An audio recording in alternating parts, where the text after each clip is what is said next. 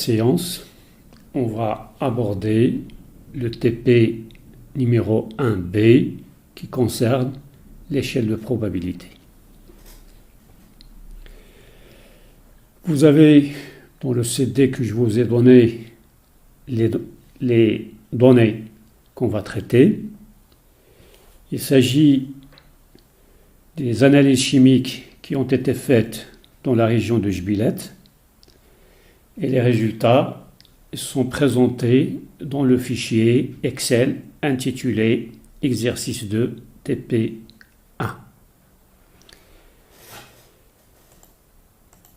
Dans ce fichier, vous avez des analyses chimiques qui correspondent à des éléments de l'arsenic, le bismuth, le cobalt, le chrome, le cuivre, le manganèse, le molybdène, nickel, plomb, stybium, uranium et zinc.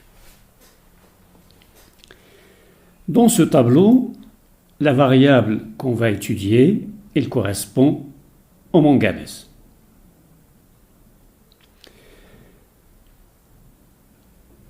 À côté de ce fichier qui contient les données, je vous ai donné un deuxième fichier Excel qui s'intitule échelle gaussienne.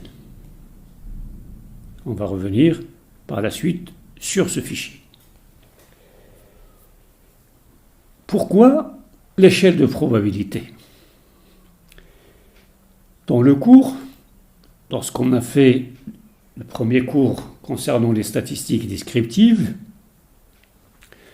on avait vu vers la fin l'intérêt des graphiques dans l'analyse des données. Et on avait vu que l'histogramme peut nous donner une idée sur la distribution des valeurs que prend la variable aléatoire étudiée. Par exemple ici, pour cet histogramme qui concerne la variable SiO2, on constate que, à peu près, cet histogramme, il est unimodal et il suit une loi normale si on fait abstraction de ces quelques éléments extrêmes.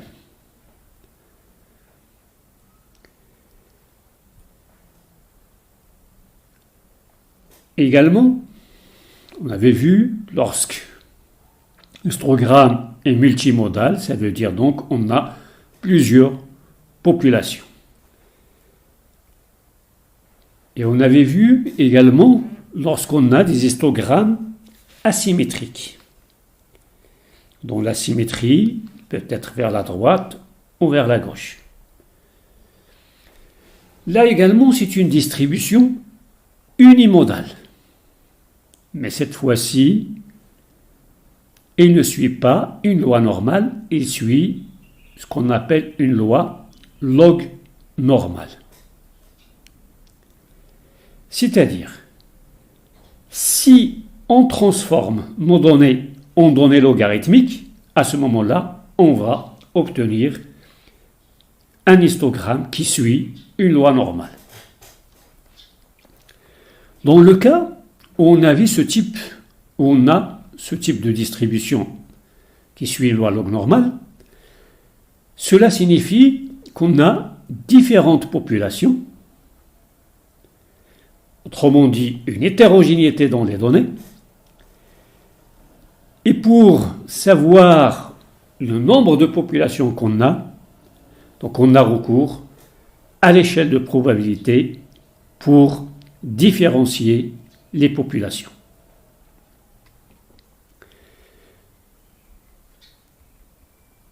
Par exemple, donc toujours, lorsque la variable suit une loi normale, et si on fait la représentation de cette variable sur une échelle logarithmique, on constate, parce qu'en faisant abstraction de ces valeurs extrêmes que vous avez à ce niveau-là, on constate s'il suit loi normale, sur l'échelle de probabilité, on aura une droite.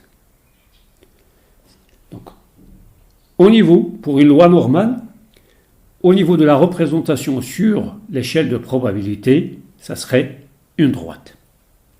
Par contre, là, on a une distribution asymétrique, donc il suit une loi log normale,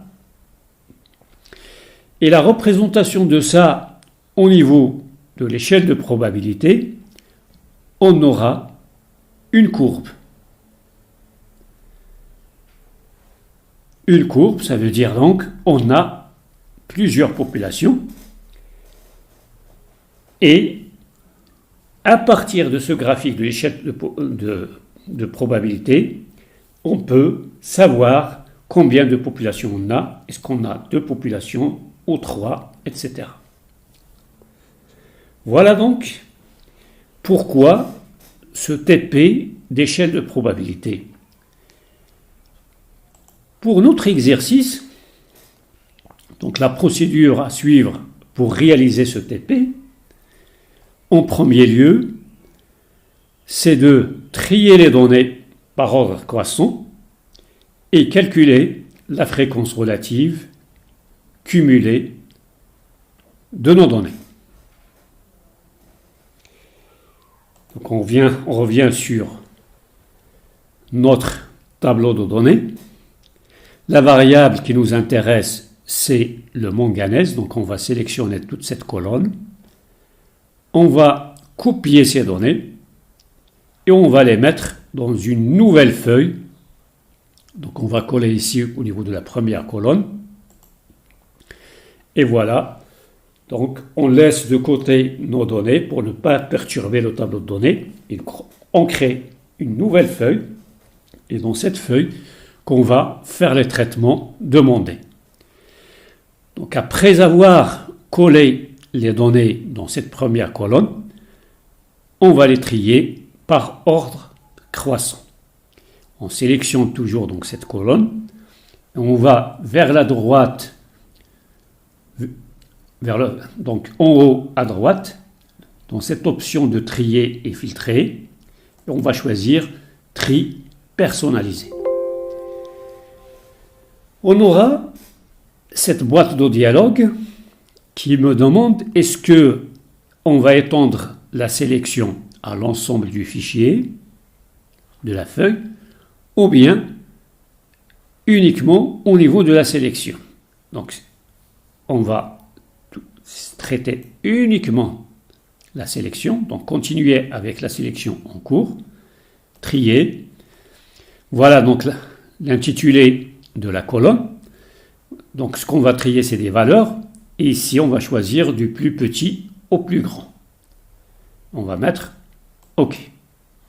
Et voilà, les valeurs sont triées par ordre croissant avec un minimum de 17 et le maximum 7510. Alors là, on est à la 21e ligne,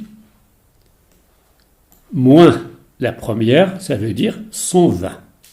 Donc le nombre d'échantillons qu'on a,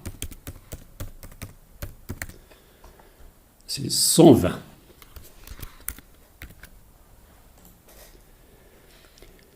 Alors, la deuxième étape, c'est de calculer la fréquence relative et ensuite la fréquence cumulée.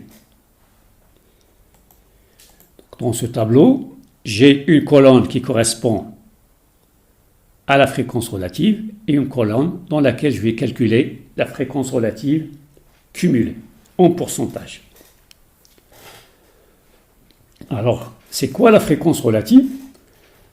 La fréquence relative, c'est le nombre de fois que qu'on a la valeur divisé par le nombre d'échantillons total. Alors ici, puisqu'on n'a qu'un seul échantillon par ligne, c'est-à-dire un seul échantillon qui a été analysé, donc la fréquence, ça serait égal à 1 divisé par 120. Et voilà donc la valeur de la fréquence relative. Et on va donc répéter ce calcul pour chaque échantillon. Donc il suffit de cliquer sur le côté droit ici, sur le coin droit ici, 2 fois, et ceci sera étendu à l'ensemble des échantillons que vous avez. Donc on aura la même valeur puisque c'est toujours égal à 1 sur 120. Alors la fréquence relative cumulée, donc d'abord pour cette première, on va la transformer en pourcentage, donc ça serait égal à cette valeur multipliée par 100. Et voilà donc son expression en fréquence relative exprimée en pourcentage. Alors la deuxième valeur ici, ça serait cette valeur en pourcentage plus la valeur précédente. Donc ça serait égal à cette valeur multipliée par 100 plus la valeur précédente. Et voilà donc le résultat. Donc pour continuer, comme je vous ai dit, il suffit de cliquer sur ce coin droit 2 fois et la formule sera étendue aux cellules suivantes jusqu'à la fin. Normalement donc vers la fin, puisque c'est une fréquence relative cumulée, normalement vers la fin, on devrait avoir 100%. Voilà. Voilà donc le calcul de la fréquence relative et de la fréquence relative cumulée en pourcentage.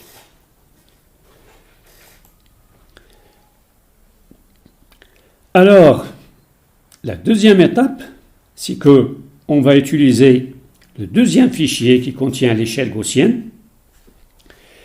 Et sur ce fichier, on va faire la représentation de nos données pour avoir donc cette échelle de probabilité. Voilà le fichier, comment il se présente. Il contient normalement 5 feuilles. Il y a des feuilles qui sont fermées, il y a des colonnes fermées que vous ne pouvez pas modifier. Par exemple ici, là ou là, c'est impossible de modifier ces colonnes. Il se calcule automatiquement. Vous avez droit donc juste à cette partie jaune, c'est là où vous allez mettre vos données que vous allez traiter pour faire la représentation graphique en échelle de probabilité. Donc ça, la première feuille, ça concerne la feuille où vous allez mettre vos données. Là, vous mettez le nom de la variable. Donc ici, c'est le manganèse, donc on va mettre Mn. Là, donc on va ramener la teneur, mais on verra par la suite. Et là, la fréquence cumulée en pourcentage. La deuxième feuille, ici, c'est juste pour ajuster l'échelle de l'axe des Y selon les valeurs introduites, c'est-à-dire selon votre cas. Ces valeurs-là que vous mettez ici, ce sont des valeurs qu'on va trouver au niveau du graphe 1. C'était écrit de 0,01 jusqu'à 100. Donc de 0,01 jusqu'à 100. Donc cette échelle, c'est lui qui va vous permettre de faire les graduations que vous avez ici. C'est en fixant ces paramètres, c'est-à-dire autrement dit ces graduations qui correspondent à ces fréquences cumulées en pourcentage, donc cette échelle que vous avez ici, donc c'est cette échelle qui va nous permettre de tracer ces lignes allant de 0,001 jusqu'à 100.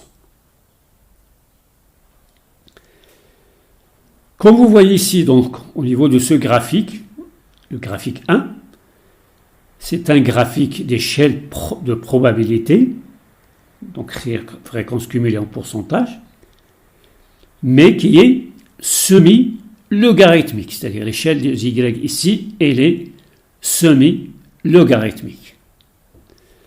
La troisième feuille que vous avez ici,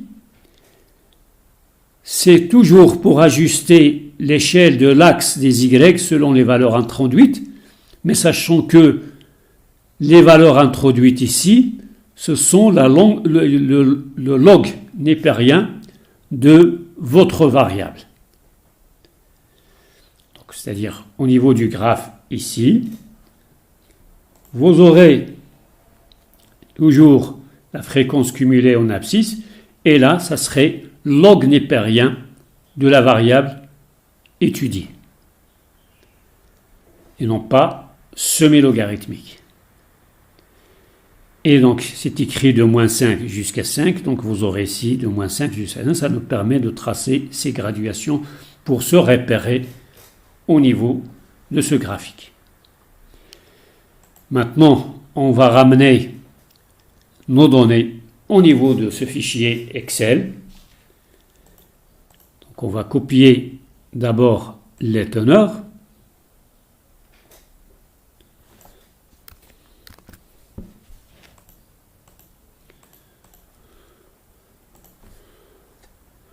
Collage spécial valeur. Puis on ramène les fréquences relatives cumulées en pourcent. Copier. Ici, collage spécial valeur. Voilà. Donc, on a introduit ici nos données et on va aller voir au niveau du graphe. Vous voyez ici que mes données, elles apparaissent à partir de là, mais ne sont pas visualisables sur l'ensemble du graphique. Ça veut dire donc qu'il faut changer un peu l'échelle au niveau de l'axe des ordonnées. Donc on va revenir, donc puisqu'ici c'est la variable mn, donc on va revenir.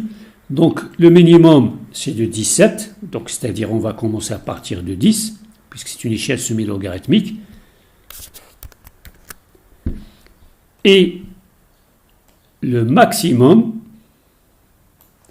7510, ça veut dire donc, on va mettre 10 000, puisque c'est toujours une échelle semi-logarithmique.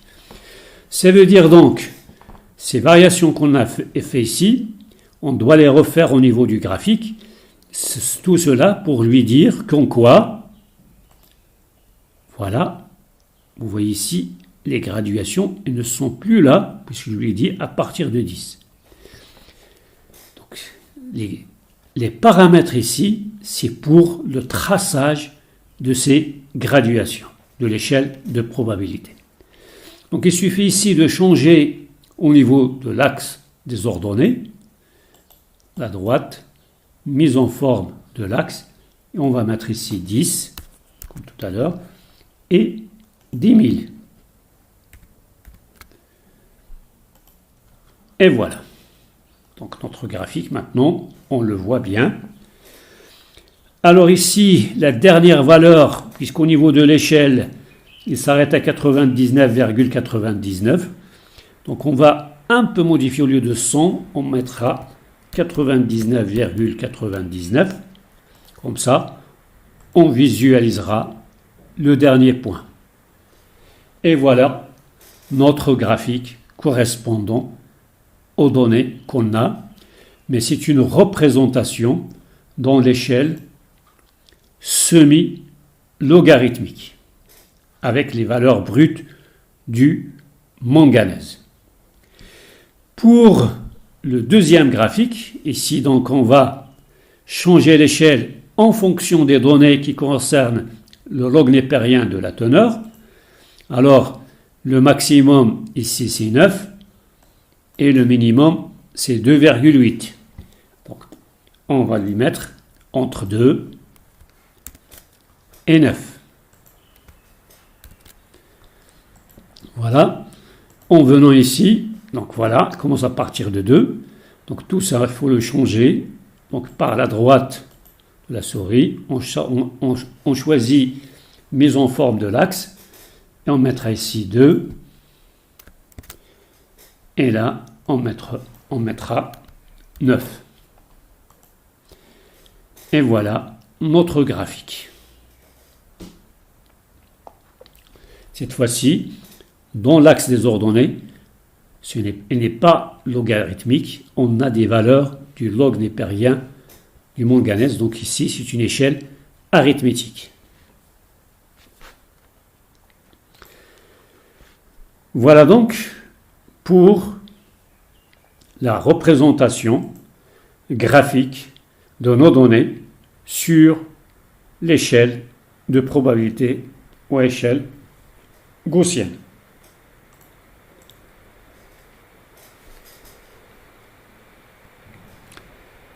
Alors,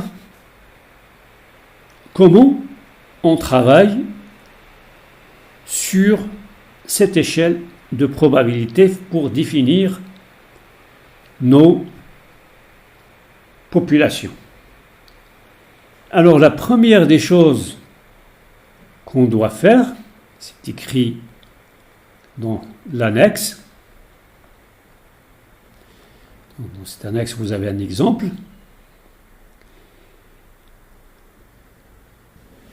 Donc la première des choses à définir, on définit ce qu'on appelle le point d'inflexion de la courbe. Donc ce point d'inflexion, il est primordial. Ici, lui, qui nous permet de diviser notre distribution log normale en deux populations, A et B. Ici, dans cet exemple, donc ce point d'inflexion, il est situé au niveau de 20% de fréquence cumulée. Et au niveau donc, de la variable est égal à 1, c'est-à-dire le log de la variable étudiée ici égal à 1.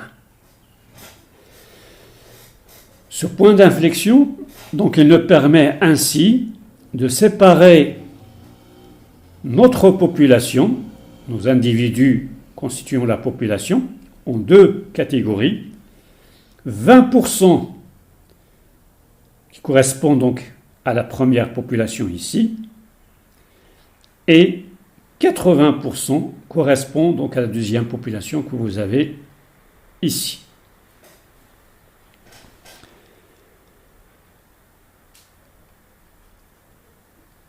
Alors, comment on va différencier les deux populations A et B?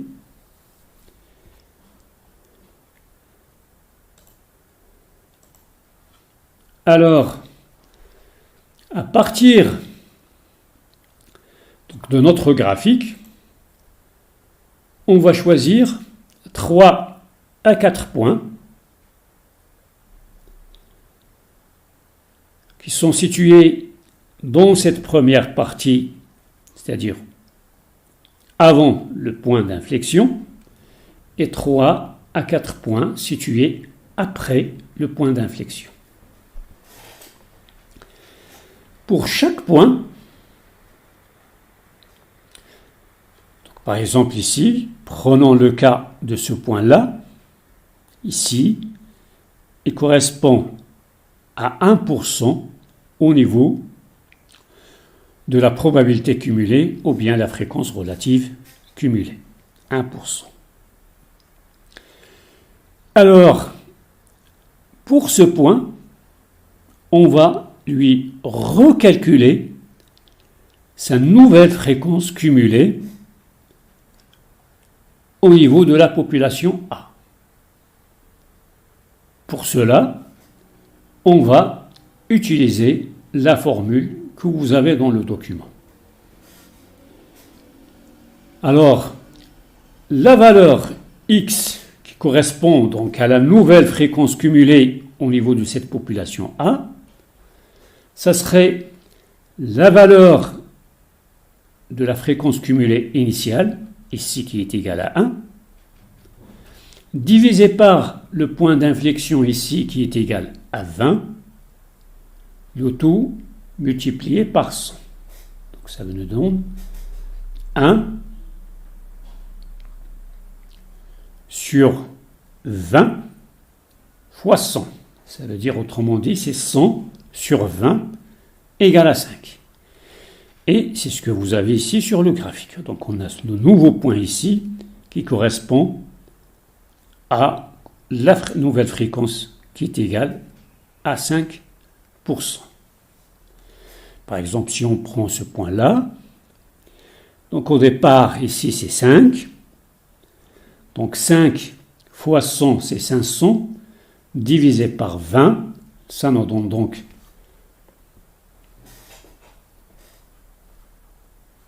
une valeur.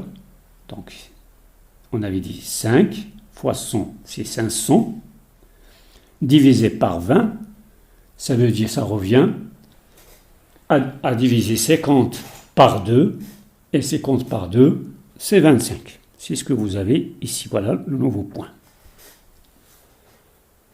Donc une fois qu'on a calculé pour 3 à 4 points, donc on ajuste sur ces points une droite. C'est ce que vous avez ici. Pour la population B, on procède de la même manière, sauf que pour le calcul de la nouvelle fréquence, elle se fait par cette formule. Et c'est ce qui a été fait à ce niveau-là. Puis on trace une droite qui ajuste ces points, et cette droite correspond à la population B. Alors, pourquoi une droite? Parce que le but, c'est donc de séparer ces données qui suivent une loi log normale, ça veut dire donc qu'on a plusieurs populations. On va différencier donc les populations qui sont normales. On avait dit la représentation donc des données qui suivent une loi normale au niveau de l'échelle de probabilité et se matérialise par une droite. C'est pour cela que vous avez donc ici une droite, une deuxième ici, celle-là elle correspond à la population A, celle-là à la population B. Donc là, par conséquent, donc la population A et la population B et suivent des lois normales.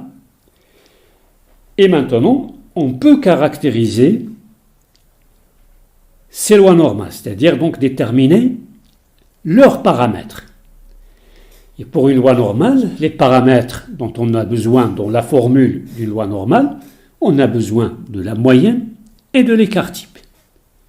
Par conséquent, donc à partir de ce graphique, on doit déduire la moyenne et l'écart type de chaque population. Comment on procède? Dans le cours, je vous ai montré cette figure qui correspond à la distribution d'une loi normale. Je vous ai dit, dans cet intervalle compris entre la moyenne moins l'écart type et la moyenne pour l'écart type, on a 68% des individus sont situés dans cet intervalle. Il nous reste 32, ça veut dire donc là on a 16 et là à ce niveau-là on a 16. Autrement dit, ça veut dire donc jusque-là, donc c'est-à-dire, donc, on avait dit ici 16, donc de là jusque-là, ça veut dire 16%. Donc, cette moyenne moins l'écart type, il correspond à 16% de la probabilité cumulée. Là, c'est 16, ça veut dire donc 100 moins 16, ça veut dire égal à 84. Ça veut dire donc cette valeur ici, elle correspond à 84% de la probabilité cumulée. La moyenne ici, elle correspond à 50%.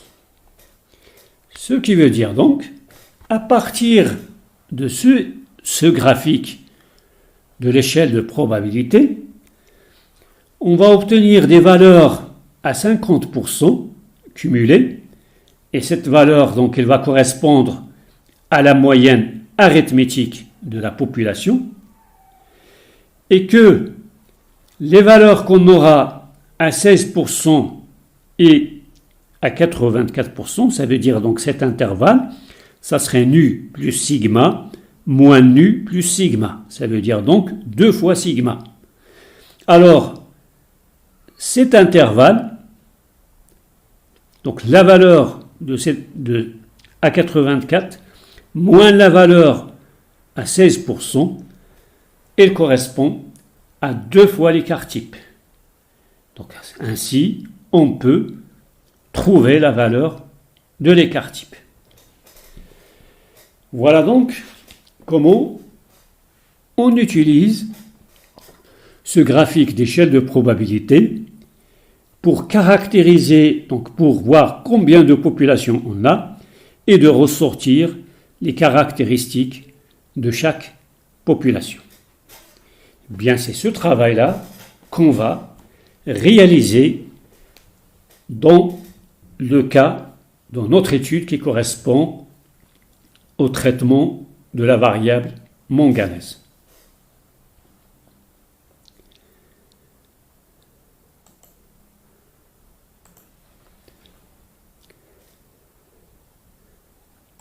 Donc, on crée une nouvelle feuille où on va faire les calculs. Donc, dans cette feuille, on va mettre le point d'inflexion. Ici, on mettra sa fréquence cumulée, le log népérien du manganèse, qu'on va, donc, au cours de ce travail, on va le faire au niveau du graphique 2, pour la simple raison, parce qu'on a ici une échelle arithmétique, donc on peut lire facilement sur cette échelle. Et ça serait difficile de travailler sur une échelle semi-logarithmique pour définir ici les valeurs directement. Donc on va travailler sur ce graphique qui est donc le log népérien de la variable étudiée en fonction de la probabilité cumulée ou la fréquence relative cumulée. Donc le point d'inflexion, la fréquence cumulée, la valeur du log népérien pour le manganèse qu'on va traduire ici en valeur Mn. Pour la population A, là je vous ai donné quelques valeurs pour lesquelles on va calculer la nouvelle fréquence cumulée. Et voilà donc la formule de tout à l'heure. Et pour la population B, là j'ai choisi quelques valeurs pour lesquelles on va calculer la nouvelle fréquence en utilisant la formule que vous avez ici. D'abord, on revient sur notre graphique pour définir le point d'inflexion. Donc, à mon avis, le point d'inflexion, donc, il se situe à ce niveau-là. Donc, on va prendre la valeur de 80. Et la valeur correspondante au niveau de log népérien du manganèse, c'est ce que vous avez ici, 5,94 ou bien 95.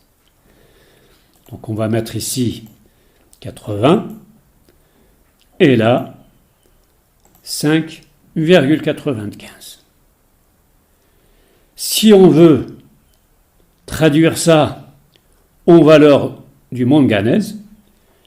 Donc pour avoir, donc ça c'est le log népérien de x, pour avoir le x, on va mettre exponentielle de cette valeur-là. Donc ça serait 383. Donc je vais réduire le nombre de chiffres après la virgule en gardant que 2 chiffres. Ça serait 383,75. Alors pour le calcul de la nouvelle fréquence cumulée pour la population A, donc là j'ai choisi 3 points avant le point d'inflexion, et là j'ai choisi 3 points après le point d'inflexion. D'abord prenons le cas de 10. Donc la 10, et donc la valeur elle est là, on peut la lire, c'est 3,26. Donc ça serait 3,26. Alors pour 30, voilà, c'est 3,91.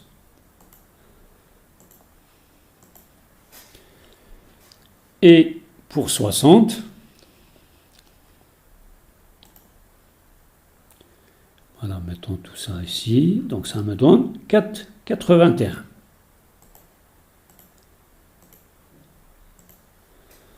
Voilà, pour les valeurs lues à partir du graphique. Maintenant, on va calculer la nouvelle fréquence cumulée en utilisant cette formule. Donc ça veut dire égal à la valeur de la fréquence cumulée lue sur le graphique, donc c'est 10, divisé par le point d'inflexion, ici c'est la cellule, donc c'est 2, et je l'ai mis encadré par $, pour dire que cette cellule est invariable. Lorsque je vais copier par la suite la formule, il faut que cette cellule reste constante. Donc là, c'est cette valeur divisée par le point d'inflexion multipliée par 100. Voilà donc le résultat qu'on obtient. La même chose pour celle-là. Donc ça serait la valeur B6 divisé par le point d'inflexion fois 100.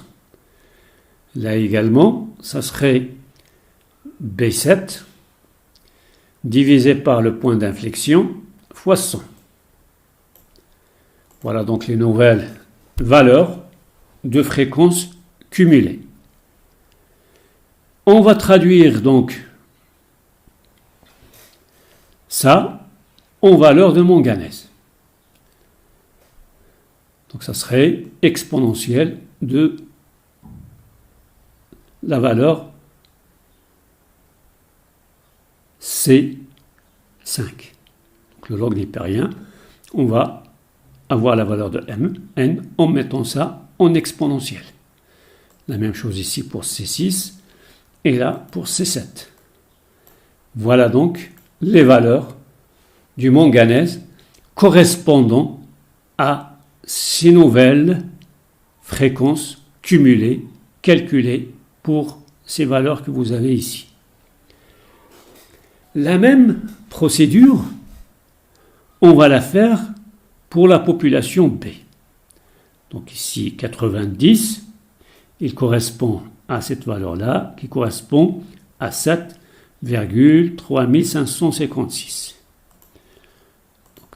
7,3556. Pour 93,33, donc ça serait aux alentours de ça, donc ça serait là, 93, donc c'est un peu plus que la moitié, donc 7,691. Voilà. Et pour 95, Donc c'est cette valeur-là, plus exactement 7,927. Voilà.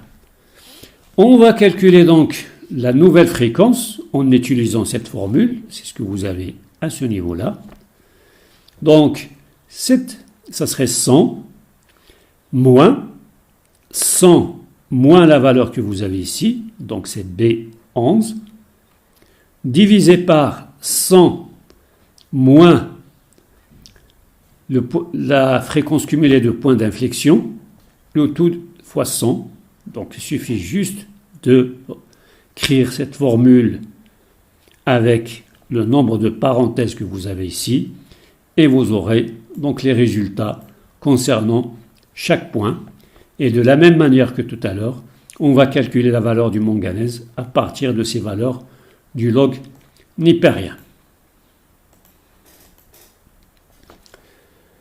Maintenant, une fois qu'on a défini les 3 points pour chaque population et qu'on a calculé la nouvelle fréquence cumulée, il suffit maintenant de faire la représentation graphique de ces points sur nos graphiques. Alors, pour faire cette représentation graphique, c'est simple. On va revenir au niveau des données, où on a mis les données pour faire la représentation graphique. Donc, on va les mettre ici à la suite. Ici, donc, dans la première colonne, c'est la teneur en manganèse et non pas le log nipérien. Donc ici, on mettra la teneur pour la première population.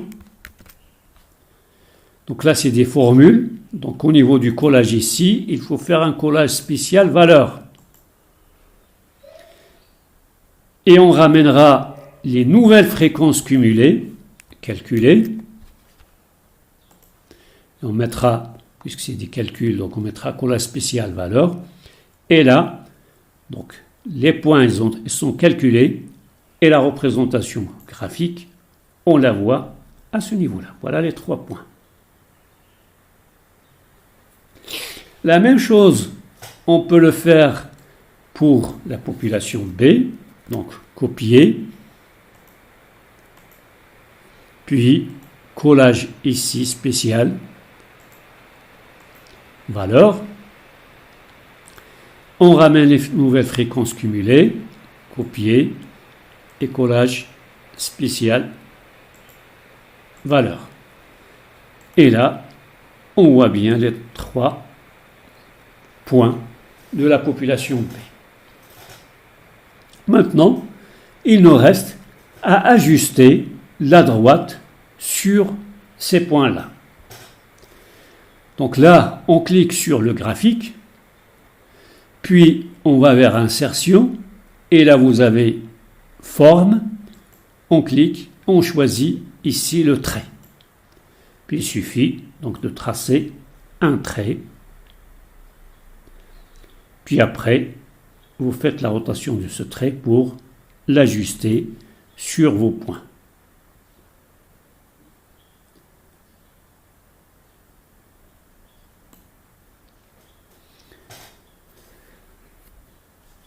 Donc vous pouvez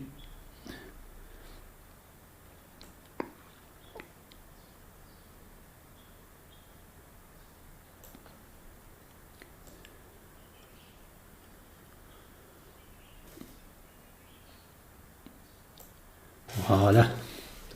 Donc on peut dire que ça, c'est la droite qu'on peut ajuster. Vous pouvez lui faire la mise en forme, format de l'objet, pour la mettre d'une autre couleur que le noir. Vous pouvez choisir la couleur, là je mettrai en rouge.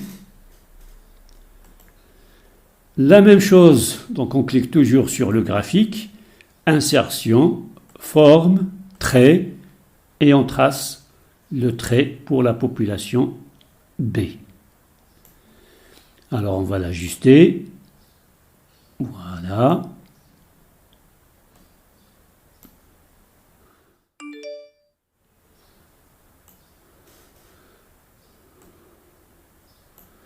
Voilà, on peut dire que ça, c'est le trait qui correspond à la population B. Je peux l'étirer un peu plus. Voilà. Et je peux le colorer également en rouge. Là, je peux ajouter du texte sur mon graphique. Donc toujours, je clique sur le graphique, insertion, forme et zone texte. Et je peux écrire ici population A.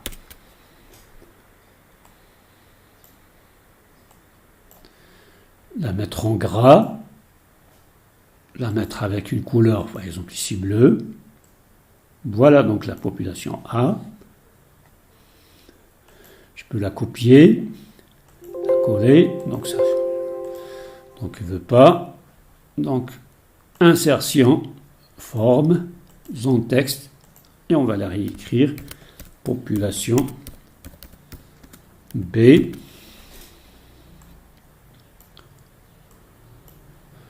En gras et en rouge, alors en bleu. Voilà, population B. Voilà, donc sur notre graphique, on a donc deux populations. La population A, on a juste ici, à partir des 3 points choisis, et la population B ici, avec donc les 3 points choisis. Ces mêmes 3 points, on les retrouve aussi ici sur le graphique semi-logarithmique. Donc on peut les ajuster. Et comme je vous ai dit, on travaille sur ce graphique 2 parce que c'est le plus facile pour faire une lecture au niveau de l'axe des ordonnées ici qui est un axe arithmétique. Alors, ce qui nous reste comme dernière étape pour notre exercice, c'est donc de faire la lecture des caractéristiques de chaque population à partir de ce graphique. On avait dit qu'on va chercher les valeurs qui correspondent à 16%, à 50% et à 84%. C'est ce que je vous ai mis ici dans cette feuille pour faire les calculs. Donc, on commence par 50, puisque c'est la moyenne arithmétique. Donc là, pour 50, alors on constate que notre courbe, là donc c'est 4,1, 2, donc à peu près 4,25. Un peu moins, donc 4,22. Donc on mettra 4,22.